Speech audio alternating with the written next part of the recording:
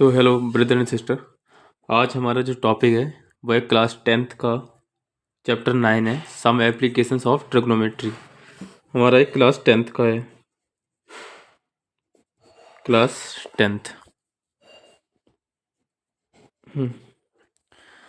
तो इस चैप्टर का नाम है सम एप्लीकेशंस ऑफ ट्रिग्नोमेट्री।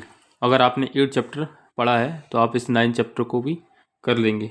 9 चैप्टर को करने से पहले अगर आपको टेबल याद है तो आप इसको कर पाएंगे, नहीं तो नहीं कर पाएंगे, क्योंकि इस टेबल की बहुत ज़्यादा ज़रूरत पड़ेगी।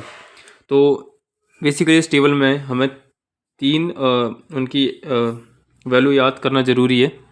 इस साइन की, कॉस की और टेन की जो सबसे ज़्यादा ज़रूरत पड़ेगी। साइन थीटा की अगर साइन 0 डिग्री है तो उसकी 0 होगी, साइन 30 डिग्री है तो उसकी 1/2 होगी, साइन 45 है तो 1/√2 होगी। तो इस तरीके से आपको ये टेबल याद कर लेनी है। साइन अगर 60 की, साइन 60 की होगी √3/2, साइन 90 की होगी 1, और ऐसे कॉस 0 डिग्री होगी 1, कॉस 30 की √3/2, कॉस 30 है तो √3/2, कॉस 45 है तो 1/√2, और कॉस 60 है 1/2, और कॉस 90 की 0 है। ऐसे ही इसकी 10 की है। तो आपकी ये वैल्यू इन तीनों की ज़रूर मस्ट इम्पोर्टेंट है, याद कर लेनी है। मतलब मोस्ट इम्पोर्टेंट इनमें से ये है, इनकी वैल्यू तो पता होनी चाहिए।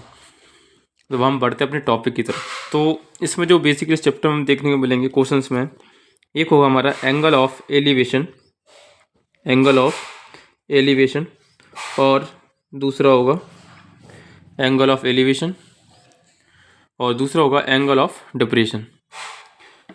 एंगल ऑफ डिप्रेशन दो देखने को मिलेंगे हमें, दो टॉपिक है इस चैप्टर में।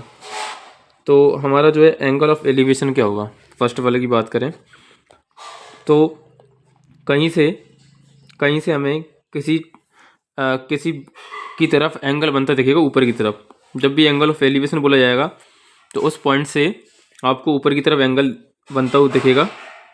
और ये जब एंगल ऊपर की तरफ बनेगा तो एक यहाँ से जो लाइन होगी एक सीधी लाइन रहेगी यहाँ से इस तरफ के लिए, ठीक है।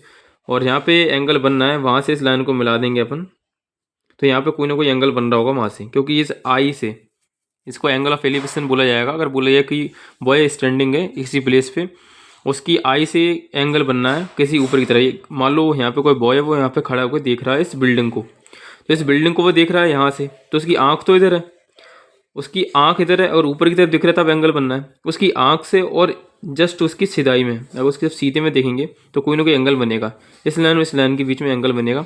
इसको ही बोला जाएगा एंगल ऑफ एलिवेशन, और इसको बोला जाएगा हॉरिजॉन्टल लाइन। ये रहेगी हॉरिजॉन्टल लाइन, हॉरिजॉन्टल लाइन इसको कहेंगे। और ये रहेगा line of site, line of site ये रहेगा, लाइन ऑफ साइट ये रहेगा। अब हमें करना क्या है वो देखना पड़ेगा कि अगर हमारा ये एंगल बनना है कोई, या 30 का एंगल बनना है, इसको सॉल्व कैसे किया जाएगा।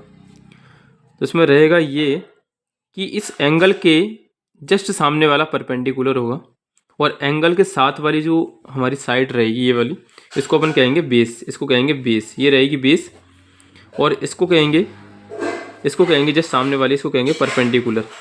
ये वाली रहेगी परपेंडिकुलर, ये रहेगी परपेंडिकुलर। इतना आपको ध्यान रखना है इस चैप्टर में, इतना ध्यान रखना है। दूसरा हमारा टॉपिक है angle of depression. Angle of depression क्या होगा, एंगल ऑफ डिप्रेशन, मान लो वही बॉय यहाँ पे खड़ा हुआ है, ठीक है, उसकी अब नीचे की तरफ को देख रहा है, कहीं टॉप पर खड़ा हुआ है वो नीचे की तरफ देख रहा है। तो जब भी वो यहाँ से नीचे की तरफ देख रहा है, ठीक है, इस तरफ को, और उसकी जो आई साइट है, जो इसकी आई साइट है, उसकी आई ये रही, वो नीचे की तरफ वो देख रहा है, तो यहाँ पे जो एंगल बनेगा वो बनेगा एंगल ऑफ डिप्रेशन, ठीक है। तो यहाँ पे जैसे कि कोई पर्सन है, अगर वो यहाँ पे ऊपर है, कहीं बिल्डिंग के ऊपर खड़ा हुआ है, ठीक है, और वहाँ से अगर वो नीचे देख रहा है, तो ये तो उसकी लाइन ऑफ साइट है, क्योंकि यहाँ से वो नीचे की तरफ देख रहा है। और उसकी आँख के जस्ट सामने एक लाइन रहेगी, ये वाली, जिसको हॉरिजॉन्टल लाइन जो हमने यहाँ पे बनाई थी। तो वो यहाँ से इधर को देख रहा है, तो यहाँ पे हमारा जो एंगल बनेगा, इसी एंगल को हम कहेंगे, मान लो 30 डिग्री एंगल बनना है, तो उसको कहेंगे एंगल ऑफ डिप्रेशन, क्योंकि वो नीचे की तरफ देख रहा है। जब भी कोई पर्सन ऊपर की तरफ देखेगा तो वहाँ पे बनेगा एंगल ऑफ एलिवेशन, और जब भी कोई पर्सन हमारा नीचे की तरफ देखेगा तो वहाँ पे बनेगा एंगल ऑफ डिप्रेशन। ये हमारी हॉरिजॉन्टल लाइन रहेगी, हॉरिजॉन्टल लाइन, और इसको हम कहेंगे लाइन ऑफ साइट। तो इस चैप्टर में इंट्रोडक्शन था ये, तो इसमें इतना ही करना है। अगर इतना समझ लिया है, अगर इतना हमने समझ लिया है तो बाकी आपको टेबल याद करने की ज़रूरत है, और अगर टेबल याद हो जाएगी तो आप इसके क्वेश्चन जब मैं समझाऊंगा तो बहुत आसानी से समझ में आएंगे। तो उम्मीद करता हूँ कि आप जो मैंने जितना बताया वो आपको समझ में आया होगा। Thank you.